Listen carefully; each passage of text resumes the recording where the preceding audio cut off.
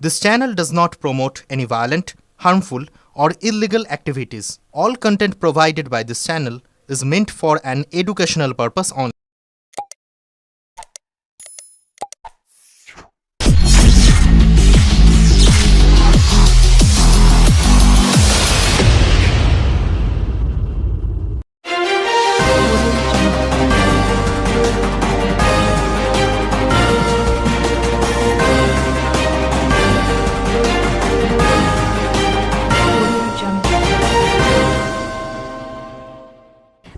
বছর কিছু করেনি, নাম না করে অসিতকে আক্রমণ রচনার। দেবাংশু বললেন, বিধায়ক কাজ করেছেন।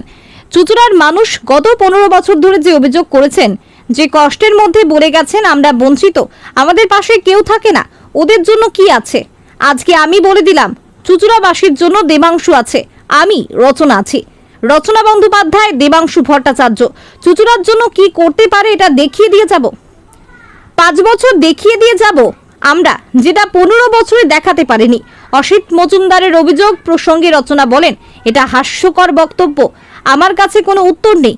উনি যা ইচ্ছে বলতে পারেন, আমার একটাই লক্ষ্য, আমাকে 1 মাস খাটতে হবে, আমার প্রার্থীদের জেতাতে হবে। এর বাইরে কে কি বলছে আমি এক কান দিয়ে শুনি, এক কান দিয়ে বার করে দিই। বোকা বোকা কথা বলতে বারণ করুন, উনি অনেক অভিজ্ঞ। ন্যাড়া হয়ে ঘুরবেন বলেছেন অসিত, সেই কথা শুনে রচনা বলেন, আমি শুধু হাসছি। উনি পাস্ট, যিনি বিগত, তাকে নিয়ে আলোচনা করা দরকার। আগামী চুচুড়াকে নিয়ে ভাবুন, পিছনে যেটা ফেলে এসেছি সেটা নিয়ে ভাববেন না, ওনার কথা বাদ দিন। দেবাংশু বলেন, যদি বিধায়ক সাহেব কিছু বলে থাকেন সেটা আমরা নিজেদের মধ্যে আলোচনা করব। রাজনৈতিক লড়াইটা বিজেপির বিরুদ্ধে, বিজেপি এতে কোনো অক্সিজেন পাবে না। তৃণমূল কংগ্রেস একটা পরিবার, সেই পরিবারের মনোমালিন্য, মতানৈক্য থাকতে পারে, সেই মতানৈক্য বিজেপির মতো হয় না যে পার্টি অফিস ভাঙচুর করে দিচ্ছে। থাকলে মতের মিল থাকবে। তিনি আমাদের বিধায়ক, রচনাদি সাংসদ, তিনি 15 বছরে যথেষ্ট কাজ করেছেন। রচনাদি আসার পর 2 বছর কাজ করেছেন। রচনা আরো বলেন, উনি যেসব কথা বলছেন তার কোনো যুক্তি নেই। পার্টি অফিসটা উনি আমাকে দিয়েছেন, একটা ভগ্ন দশায় ছিল, আমি ঠিক করেছি যখন সাংসদ থাকবো না তখন তৃণমূল কংগ্রেসেরই থাকবে। উনি কি বলছেন, ওনার মাথা খারাপ হয়ে গেছে। এরপরে সব কথা দিদি বলবেন আর অভিষেক বন্দ্যোপাধ্যায় বলবেন, কারণ তারা সব খবর রাখেন। চুচুড়া থেকে আদের রিপোর্ট, আমার কলকাতা নিউজ।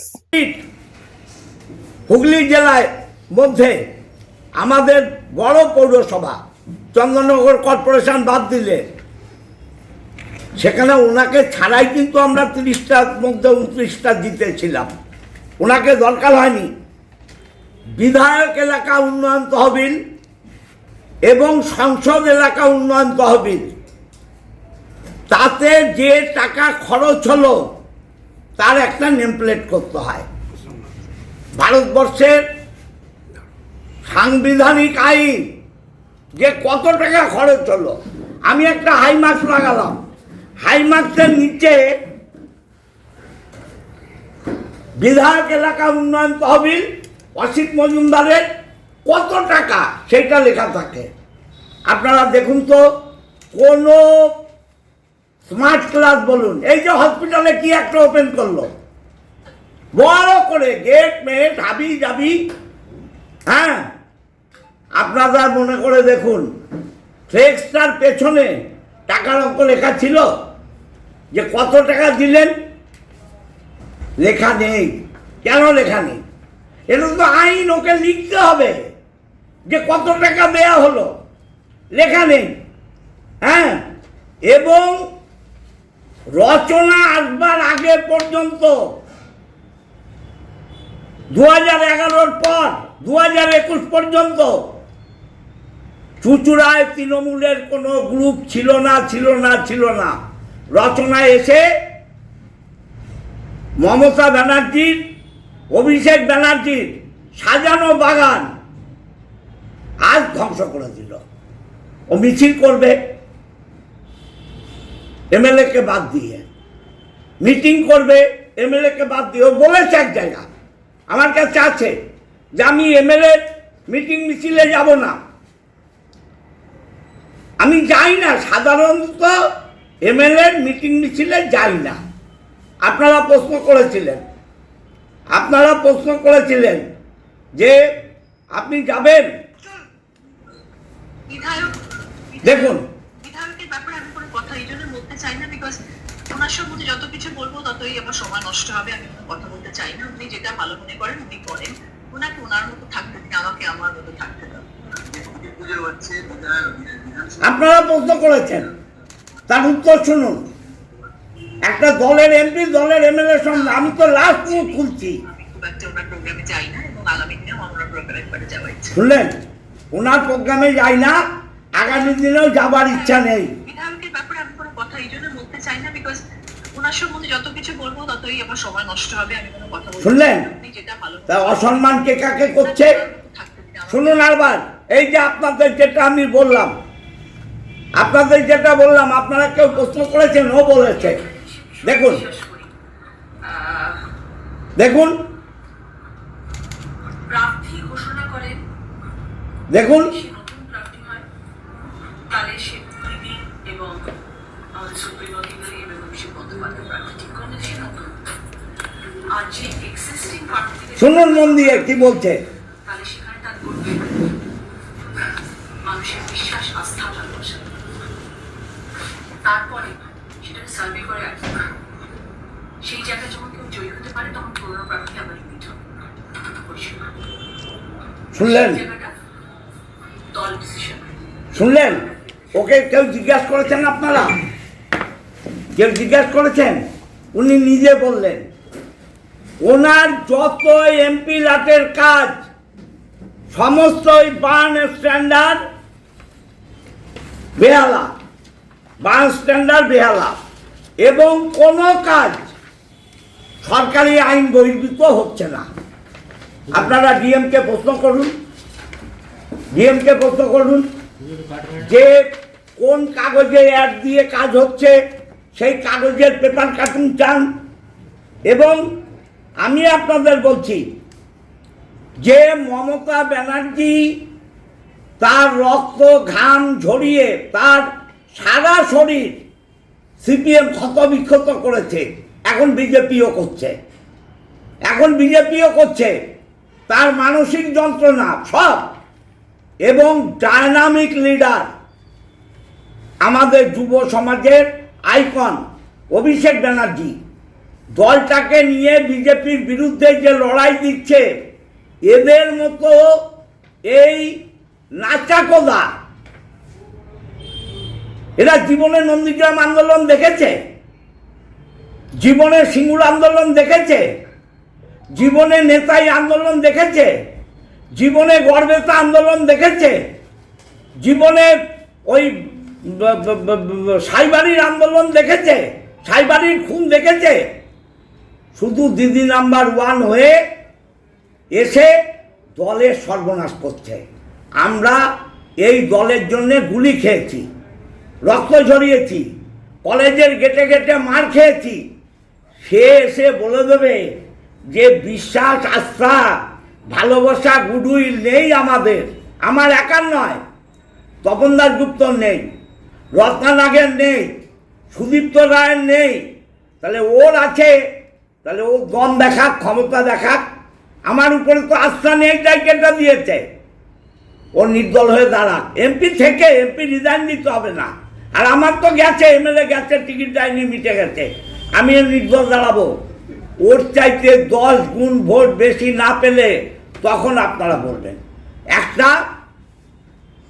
একটা মিথ্যুক মহিলা এবং দলকে সর্বনাশ করার জন্যে অভিষেক বন্দ্যোপাধ্যায় আর মমতা ব্যানার্জি সর্বনাশ করার জন্যে এরা জন্ম নিয়েছে। এরা বিজেপির এজেন্ট, এরা বিজেপির এজেন্ট। আজকে মিছিল রেখেছে, আমি 7ই মে পর্যন্ত এমএলএ, 7ই মে নতুন গভর্নমেন্ট না হওয়ার আগে পর্যন্ত এমএলএ। পৌরসভার লাস্ট নির্বাচনে 29টা সিটের মধ্যে 29টা সিট জিতেছি, একটা সিট 1 নম্বর ওয়ার্ড 10 ভোটে হেরে গেছি। তখন কিন্তু এমপি ছিলেন না। যখন পঞ্চায়েত নির্বাচনে জিতি, অভিষেক ব্যানার্জি, মমতা ব্যানার্জির মুখ নিয়েই জিতেছি 7টা পঞ্চায়েতে। যখন পৌরসভায় জিতেছি 30টার মধ্যে 29টা। তখনও মমতা ব্যানার্জি, অভিষেক ব্যানার্জির ছবি নিয়ে জিতেছি। রচনার দরকার ছিল না। রচনা এখানে আসার পর আমার চুচুড়োয়, আমাদের চুচুড়ায় উনি গ্রুপবাজি শুরু করলেন এবং চুচুড়াতে উনি যে পার্টি অফিসে থাকেন, আপনারা শুনলে অবাক হবেন, ওটা একটা ব্যক্তি মালিকানার পার্টি অফিস। আমাদেরকে দিয়েছিল নির্বাচনের কাজ পরিচালনা করার জন্য। ওর একটা পার্টি অফিসের দরকার হলো, আমি সেই পার্টি অফিসটা ওকে পার্টি অফিস করবার জন্যে সুগন্ধার পঞ্চায়েতের প্রধান, উপপ্রধান, দলের সভাপতি সবাইকে রাজি করিয়ে দিলাম। আপনারা শুনলে অবাক হবেন, ওই পার্টি অফিসটা পরের প্রপার্টি, সেটাকে উনি রেসিডেন্সিয়াল বানিয়ে দিয়েছেন। উনার একটা ব্যবসা কেন্দ্র বানিয়ে দিয়েছেন। ওখানে ঘরে যে আপনারা দেখবেন, ওর ঘরে ব্যবসার মালপত্র ভরা। আর আমাদের দলের কর্মীরা কোনো পার্টি অফিস পাচ্ছে না, ভাড়া বাড়ি নিয়ে পার্টি অফিস চালাতে হচ্ছে। সে পার্টি অফিসটাকে রেসিডেন্সিয়াল করে দিয়েছে। কিভাবে করেছে না করেছে আমি বলতে চাই না। আমি আপনাদের কাছে, দেখুন, আমি চিরকাল প্রতিবাদী, অন্যায়ের বিরুদ্ধে লড়ি। আপনারা জানেন, আমি দিচ্ছি কাগজ, আপনাদের দেখে নেবেন। এখানে এই কাগজটা দেখবেন আপনারা। কাগজে এটা একটা টেন্ডার পেপার, এটা একটা টেন্ডার পেপার। এটা সই আছে 25/7/25, যেখান থেকে ঘটনার সূত্রপাত বালিকা বালি মন্দির গার্লস হাই স্কুল। এটাই আছে ডিএম এর সই 25/7/2025। কাজ শেষ হয়ে গেল 24/7/2025। ভাবুন, ডিএম সই করছে 25/7/2025 আর কাজ শেষ হয়ে গেল 24/7/2025। রচনা ব্যানার্জি 31/7/2025 ওই স্কুলে যায়, অন রেকর্ড। সেখানে আমার বিরুদ্ধে বিবৃতি দেয়, আমি কেন স্কুলের কাজে নাক গলাচ্ছি। নিশ্চয়ই আপনাদের মনে আছে। সেই স্কুলে স্মার্ট ক্লাস করবে, সেই স্মার্ট ক্লাসে কেন আমি নাক গলাচ্ছি। আমি ওই স্কুলের ম্যানেজিং কমিটির মেম্বার। স্কুলে কাজ হচ্ছে, কোনো টেন্ডারের কাগজ নেই, এবং ও এইসব বলার কারণে 1/8/2025 ওখানকার তদানীন্তন প্রেসিডেন্ট গৌরীকান্ত মুখার্জি তিনি রিজাইন দেন। দেখুন, এই টেন্ডারে লেখা আছে, আমি অন্যায়ের প্রতিবাদ করলেই খারাপ। এই টেন্ডারে লেখা আছে যে এটা 60 দিনের মধ্যে কাজ কমপ্লিট করতে হবে এবং একটা ডেইলি নিউজ পেপার সেখানে অ্যাড দিতে হবে, ডেইলি নিউজ পেপারে অ্যাড দিতে হবে, এবং also make necessary arrangement for advertisement in regular daily newspaper, regular daily newspaper। পড়ে দেখবেন, আমি আন্ডারলাইন করে দিয়েছি কোন নিউজ পেপারে এটা বেরিয়েছিল, ওকে জবাব দিতে হবে কোন নিউজ পেপারে বেরিয়েছিল। এবং ভারতবর্ষে, নট হুগলি জেলা, ভারতবর্ষে কোনো স্কুল যেখানে স্মার্ট ক্লাস হবে, স্কুল কর্তৃপক্ষ যদি রুম দেয় 4.5 থেকে 5 লাখের বেশি কোনো কন্ট্রাক্টর টেন্ডার ফেলতে পারে না। এখানে ভ্যালুয়েশন দেওয়া হয়েছে 10,34,185 টাকা। হুগলি জেলায় লোক নেই। লোকটা এলো থেকে তারাতলা বেহালা, তারাতলা বেহালা। আমার চুচুড়ায় লোক নেই, হুগলি লোকসভায় লোক নেই, তারাতলা বেহালা থেকে লোক এলো। আপনারা যান রাজহাট হাই স্কুল, আপনারা যান পোলবা হাই স্কুল, আপনারা যান শিক্ষা মন্দির বালিকা বিদ্যা হাই স্কুল, প্রত্যেকের রেট 10 থেকে 14 লাখের মধ্যে, যেখানে 4 লাখে 4.5 লাখে করা যায়। আমি যদি প্রতিবাদ করি আমি খারাপ? আপনারা কেউ ওকে জিজ্ঞেস করলেন না। আমি লিখে দিতে পারি কোনো রিপোর্টার জিজ্ঞেস করেননি একজনও। আমি অন রেকর্ড বলছি, দেবাংশুকে নিয়ে ওর অফিসে, যেটা আমার দেয়া অফিস, সেই অফিসে প্রেস কনফারেন্স রাখলেন দেবাংশুর পক্ষে ভোট দেওয়ার জন্যে। আমিও দেবাংশুর পক্ষে। আপনারা কেউ জিজ্ঞেস করলেন না। হঠাৎ করে উনি আঙুল উল্লে বলতে আরম্ভ করলেন যে এক্সিস্টিং এমএলএ, পুরোটা বলি।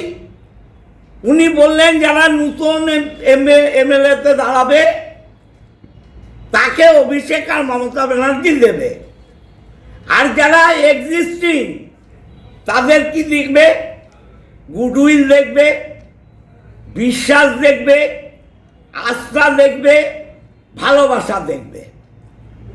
যাদের এই 4টে জিনিস নেই তারা বাদ যাবে। তার মানে রচনা ব্যানার্জি 74 জন এমএলএ বাদ গেছে। 74 জন এমএলএর গুডউইল নেই, তাদের উপর মানুষের বিশ্বাস নেই, তাদের উপর আস্থা নেই, তাদের উপর ভালোবাসা নেই। তৃণমূল কংগ্রেসের জন্ম থেকে কেষ্ট মুখার্জি, আকবর আলী খন্দকারের পর তপন দাশগুপ্ত প্রেসিডেন্ট, তারও আস্থা নেই। রত্না নাগ হুগলি তৃণমূলের প্রেসিডেন্ট ছিল, এমপি ছিল হুগলি লোকসভার, তার প্রতিও মানুষের বিশ্বাস নেই, আস্থা নেই, ভালোবাসা নেই। তপন দাশগুপ্তর পরেও নেই। সুদীপ্ত রায়, যে তৃণমূল কংগ্রেসের জন্মলগ্ন থেকে মমতা ব্যানার্জির সঙ্গে রয়েছে, তার উপরেও মানুষের আস্থা নেই, ভালোবাসা নেই। আস্থা ভালোবাসা কার উপরে আছে? রচনা ব্যানার্জির উপর। আমি চ্যালেঞ্জ করছি রচনা ব্যানার্জিকে, 9 তারিখ পর্যন্ত সময় আছে। আজকে থেকে 9 তারিখ উনি নির্দল হয়ে চুচুড়ায় দাঁড়ান, আর আমিও নির্দল হয়ে দাঁড়াবো। যদি রচনার চাইতে বেশি ভোট না পাই, আমি ন্যাড়া হয়ে মাথা সারা হুগলি জেলা ঘুরে বেড়াবো। উনি কি করলেন? আমার নাম নেই, কেউ একজন বলছে যে নড়তে চড়তে পারে না, বেঁকিয়ে হাঁটে। সে বলছে রচনা ব্যানার্জি আর দেবাংশু মিছিল করবে, আর মিছিল শেষের পর রচনা ব্যানার্জি দেবাংশু অর্ডার দেবে, সেইভাবে দল চলবে। তাহলে আমরা সব বানের জলে ভেসে এসছি। 15 বছর চুচুড়োর মানুষকে কিছুই দিইনি। আর রচনার কথায় 74 জন এমএলএ বাদ হয়েছে, তাদের কারো বিশ্বাস নেই, মানুষের আস্থা নেই, ভালোবাসা নেই। ও 74 জন রানিং এমএলএ যারা আগামী 7ই মে পর্যন্ত থাকবে, তাদের অপমান করেছে। রচনাকে এই অধিকার কে দিয়েছে? অধিকার কে দিয়েছে? দলে যা কিছু বলবে মমতা ব্যানার্জি, অভিষেক ব্যানার্জি মেনে নেব, মাথা পেতে মেনে নেব, মারলেও সেই মার হজম করব। কে রচনা? 3 দিনকার যোগী, সে দল শেখাবে? আমরা সিপিএমের বিরুদ্ধে লড়াই করেছি, আমরা বিজেপির বিরুদ্ধে লড়াই করেছি, ও দল শেখাচ্ছে। অতএব আজকে যা ঘটছে এটা ভালো হচ্ছে না। ও চায় না দেবাংশু জিতুক, রচনা নিজে চায় না দেবাংশু জিতুক, তাই সবাইকে নিয়ে করার মানসিকতা নেই। দলকে জেতাতে গেলে সবাইকে নিয়ে চলতে হবে। বারবার মমতা ব্যানার্জি, অভিষেক ব্যানার্জি বলছেন সবাইকে নিয়ে চলো। ও সবাইকে নিয়ে চলার মানসিকতা নেই। অপমান করা ওর অভ্যাস। ওর মতো সেজে গুজে পাউডার সোনো মেখে আমরা দল করিনি। আমরা গুলি বন্দুকের সঙ্গে লড়াই করেছি। তপন দাশগুপ্ত, আমি খানাকুল গোঘাটে যখন ডেলি একটা করে মরতো, সেই ডেড বডি আনতে আমি তপন দাশগুপ্ত যেতাম। হ্যাঁ, ও শেখাচ্ছে আমাদের বিশ্বাস, আস্থা, ভালোবাসা, গুডউইল আমার যা আছে। চুচড়ো শহরে আমি ঘুরলে একটা মানুষ বলতে পারবে না আমার কি গুডউইল আছে। ও ঠিক করে দেবে ওর কি গুডউইল। আমি আর প্রেসকে বলবো না ওর কি গুডউইল। চুচড়ো শহরে 8,000 ভোটে হারে, আমি তো হারি না। আমার কোনো কাউন্সিলর তো হারেনি, আমার কোনো পঞ্চায়েতের মেম্বার তো হারেনি। ও কেন হারলো? তাহলে কি গুডউইল ওর? ও 8,000 ভোটে হারলো, কেন হারলো? ওর গুডউইল। কাউন্সিলররা জিতলো, ও হারলো। পঞ্চায়েত মেম্বাররা জিতলো, ও হারলো। তাহলে কার গুডউইল? কার গুডউইল দেখাচ্ছে ও? আমি তাই বলছি যে দেবাংশুকে জেতাতে গেলে ঐক্যবদ্ধ তৃণমূল চাই, ঐক্যবদ্ধ তৃণমূল চাই, ঐক্যবদ্ধ তৃণমূল চাই। এবং রচনার মতো এইরকম মহিলারা এমপি, তারা যদি দলে থাকে, দলের সর্বনাশ হবে। ও যেখানে যাবে শহরাঞ্চলে, গ্রামের মানুষ ও দিদি নাম্বার 1 ফোরাম দেখে একটু ভোলে।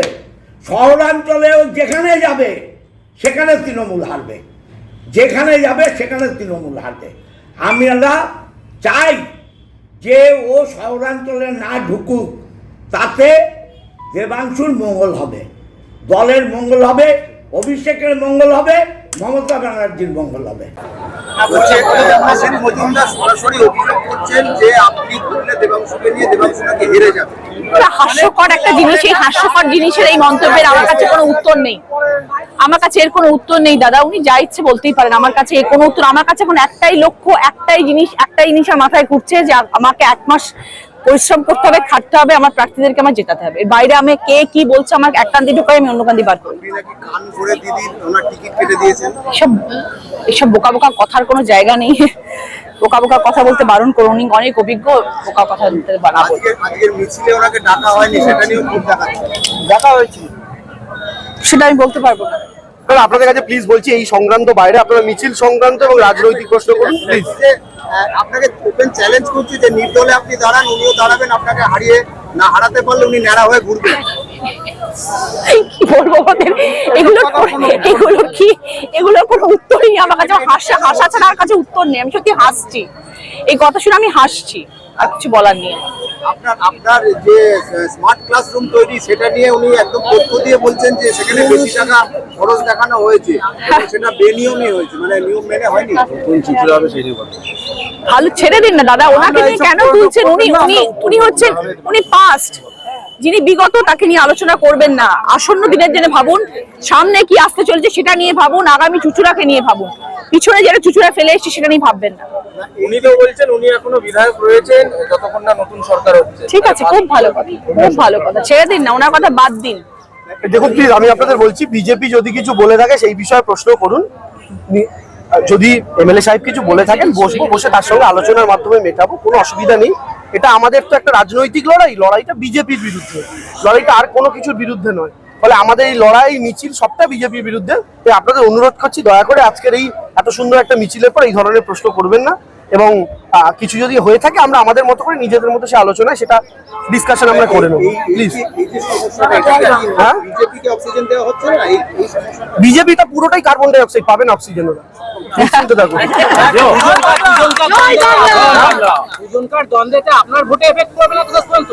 আমি একটা কথা বলছি, সমস্ত পরিবারে তৃণমূল তো একটা পরিবার, এবং পরিবারে মানে তৃণমূল কংগ্রেস একটা পরিবার, সেই পরিবারে অনেক সময় মনোমালিন্য মতানৈক্য থাকতে পারে। সেই মতানৈক্যটা আমাদের অন্তত তো এরকম হয় না, বিজেপিতে যেরকম দেখছেন পার্টি অফিস ভাঙচুর করে দিচ্ছে গিয়ে একে অপরের।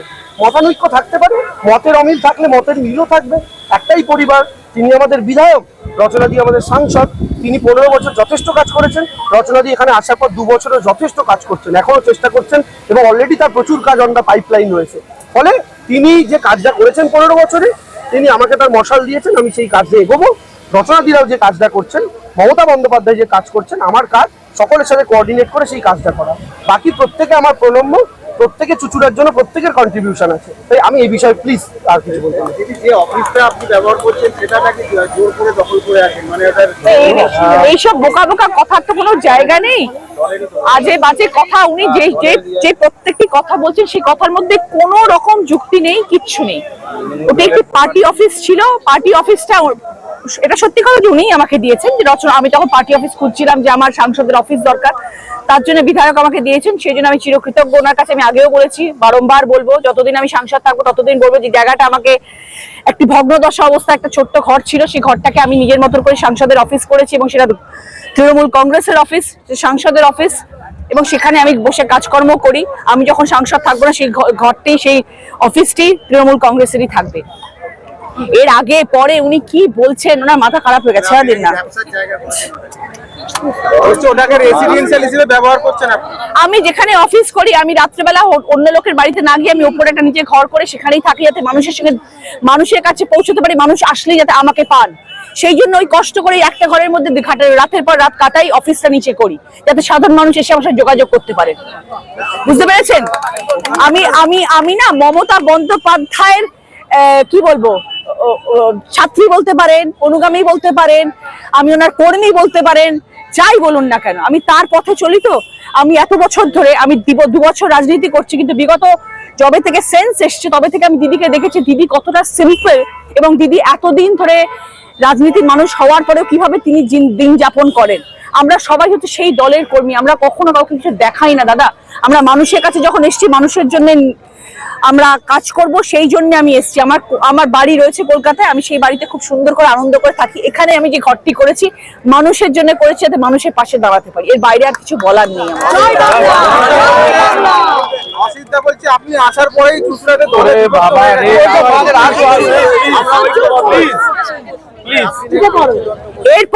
এরপরে সব কথা দিদি বলবেন আর অভিষেক বন্দ্যোপাধ্যায়, তারা সব খবর রাখে, কে কি বলছে না বলছে। আমি আর কোনো উত্তর দিতে চাই না। এরপরে এই সব খবর, এইসবের উত্তর দিদিরা দেবেন। ঠিক আছে, হয়ে গেছে।